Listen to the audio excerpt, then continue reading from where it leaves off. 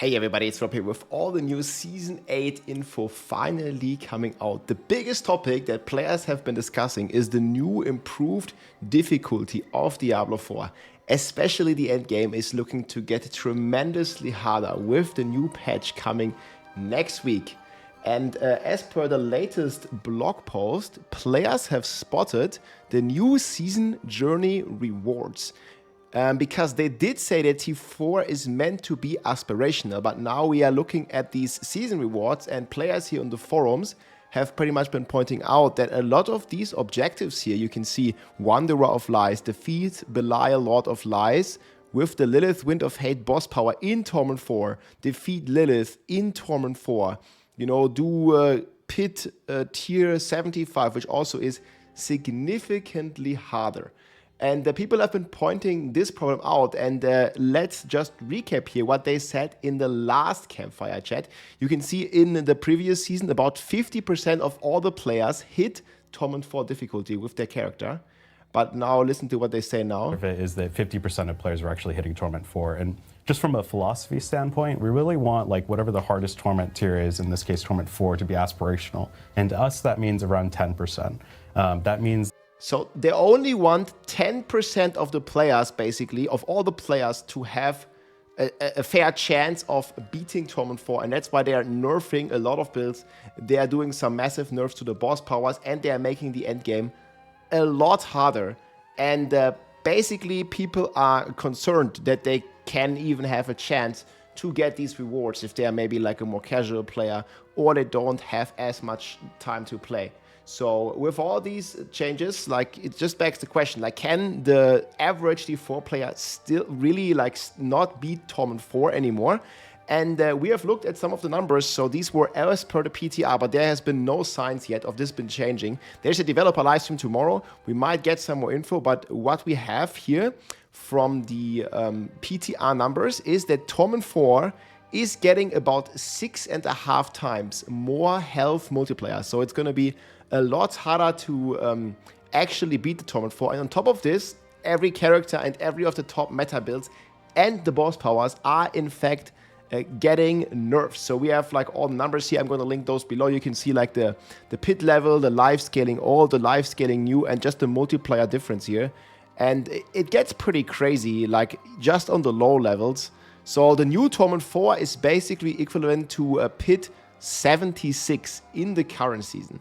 And obviously you also have the character nerfs on top of this. So it looks to be tremendously hard to beat these Torment difficulties, especially if you're one that doesn't, you know, a player that doesn't really play so much and doesn't really have the chance to invest time. Now, obviously, we'll try to always bring you the meta builds so you have a good, comfortable position, having a chance, having a shot at this. But for the average player, I think it's going to be tremendously difficult with what we know currently. Now, the class balance still might change. We're going to talk a bit about the boss powers. We're also going to talk a bit about some of the buffs they are doing to loot from the bosses. So it's not all negative here. And what also a lot of people forget is that these last season journey steps, you don't have to complete all of these rewards. You can at least skip a couple of them, and you really are incentivized to clear these because you want to get these smoldering ashes.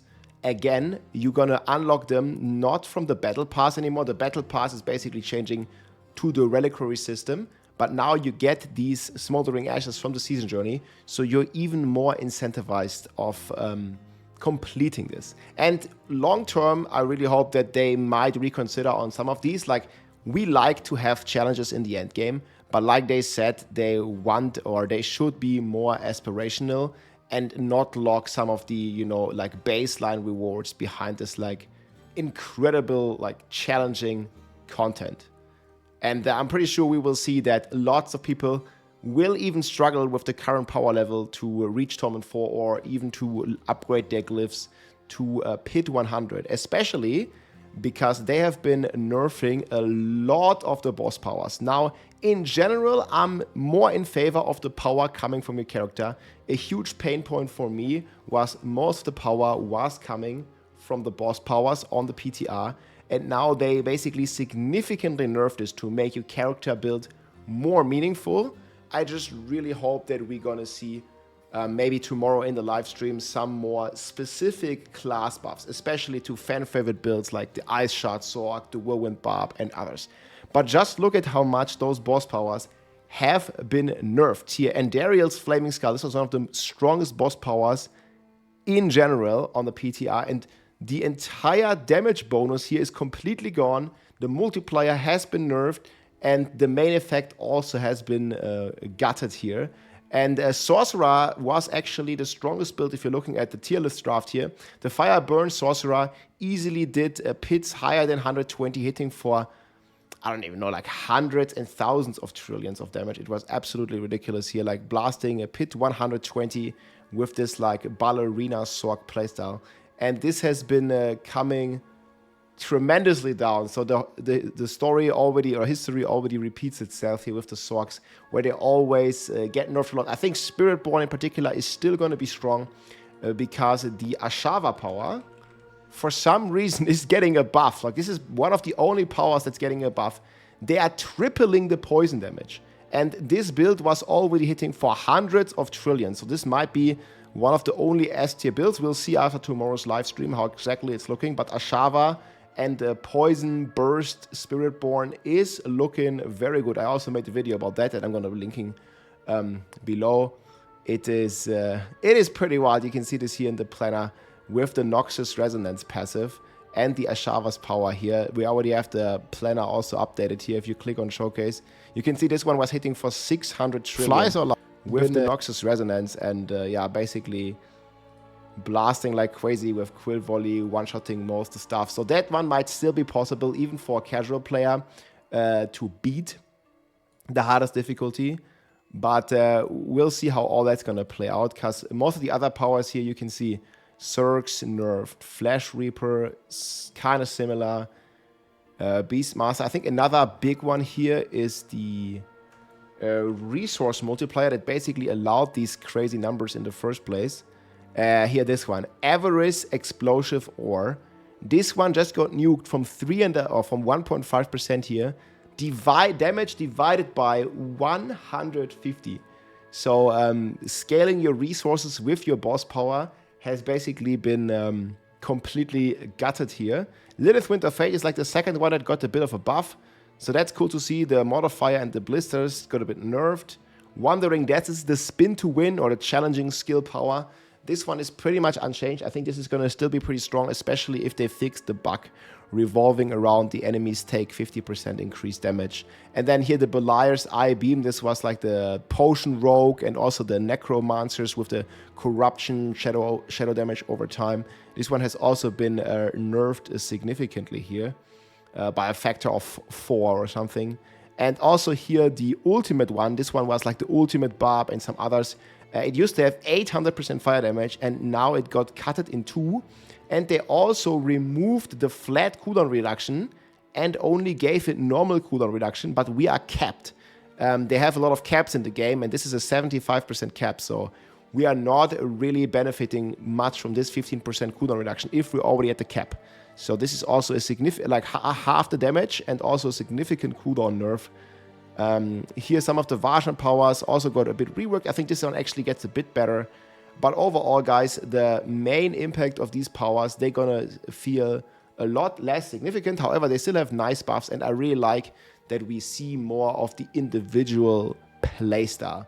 So probably the Quill Volley is gonna be the only build that remains here in S tier. All the other stuff is moving down, and then hopefully we get some new builds coming in, like the Ice Shard Sword, the Whirlwind Barb, you know, some of the direct damage stuff. And we'll see that. We'll draft a tier list here on the weekend. But overall, guys, I definitely feel that they might want to look at this season journey again. And leave your feedback in the comments, or also, like, when the season starts, leave your feedback on the forums and see if it's reasonable for you to get this Torment 4 difficulty. Because Diablo 4 has a big player base, you know, that are not really into, like, you know, playing the game for like 10 hours plus a day. They just want to log in and have some fun. Now, I always appreciate there being some challenges, behind like very hard content, but it shouldn't be, you know, something as trivial as the season journey. Like, this is really what everybody, you know, wants to complete in the season. And I think long term they will tune this down if we give the feedback, and we'll see how it's gonna go in this season. Like, maybe there's still some tremendous buffs coming tomorrow in the dev campfire stream. I'm sure, hoping for it. Especially want to look into playing a Whirlwind Barb again, and overall the season with the powers that we're getting and some of the endgame changes with the bosses looks pretty cool. I'm definitely gonna be having a blast here. Most likely I'm gonna start Barbarian again, but we'll see. There's the spin to win, there's the earthquake, there's also like a mighty throw, one-shot barb, and also I'm hoping to see a buff to the deadly apparitions, basically the season theme, the like new Helltide or new zone in the open world that you go into. Hopefully they're buffing this as well, just for, you know, some of the casual players that engage with this, or the entire player base, you know, just having a better time. And then we'll see what they do with this pet confirmation. Yeah, but long story short, guys, I don't think that many people will be able to do Torment 4, and I also think that the leveling the glyphs is going to be a problem in the new season with the information that is available right now. Stuff might still change tomorrow. Let me know what you think about all of this in the comments below, and I'll see you tomorrow. GG. If you like this video, make sure to subscribe, leave a like or a comment. I'm also live on Twitch almost every day, so come and say hi.